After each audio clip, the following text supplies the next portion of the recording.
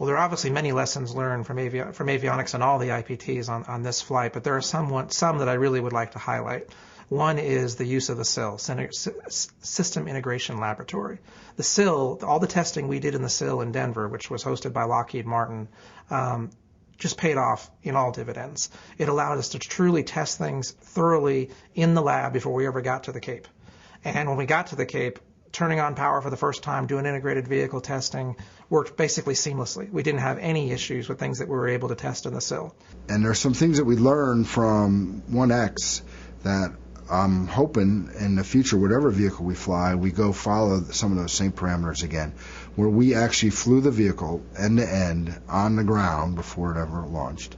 And we flew that vehicle not only through what we called the SIL up in Denver, but then we used all that information plus the flight computer that was in Denver that went through all that testing and all that checkout, and we took that flight computer, stuck it in a flight vehicle, and then we flew the mission again on the ground before we launched it, and we made sure all that worked again. And it was that work with the SIL that was so important to minimizing, almost eliminating problems once we got into integrated testing. So this concept of test like you fly, fly like you test became very important. I think one of the other big lessons learned that we gathered from the integrated test team and from my role as LP was the use of the SIL, Systems Integration Laboratory, out at Denver, which is essentially it's a whole avionics package that was exactly flight-like that we had on the rocket down here at KSC. All the components were the same, even the wire lengths were the same as what we had on the rocket. The reason that was so important was when we were developing our procedures, you know, we develop our test requirements, said we're going to go do this, and then when we actually developed the procedures, sometimes you realize that component didn't respond the way I thought it would.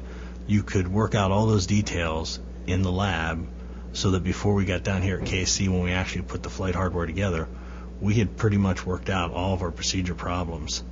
And, you know, we'd actually change some test requirements based on, you know, working out at the lab.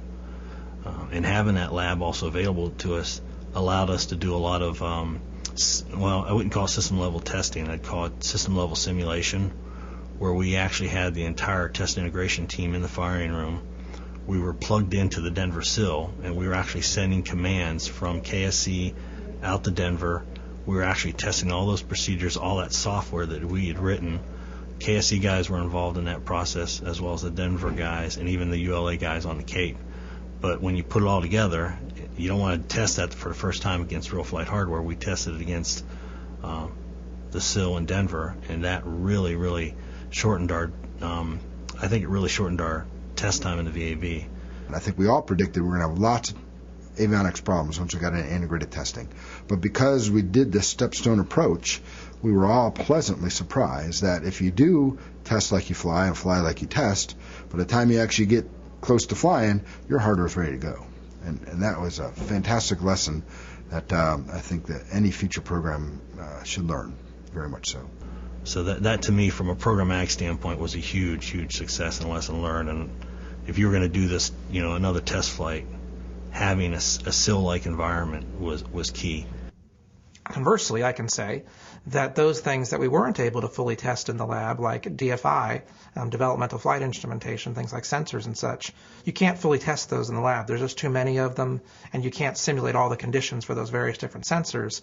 Those were the things we ended up having to debug down at the Cape. And so what I would offer to the next project that does this is the use of an integrated simulation lab that truly has flight-like hardware in it, meaning having the same form, fit, and function as the flight boxes, and tests all the functions possible, especially things like anomalous conditions or unexpected conditions, is worth its weight in gold. And I would strongly encourage that the next avionics project incorporate a SIL into their thinking.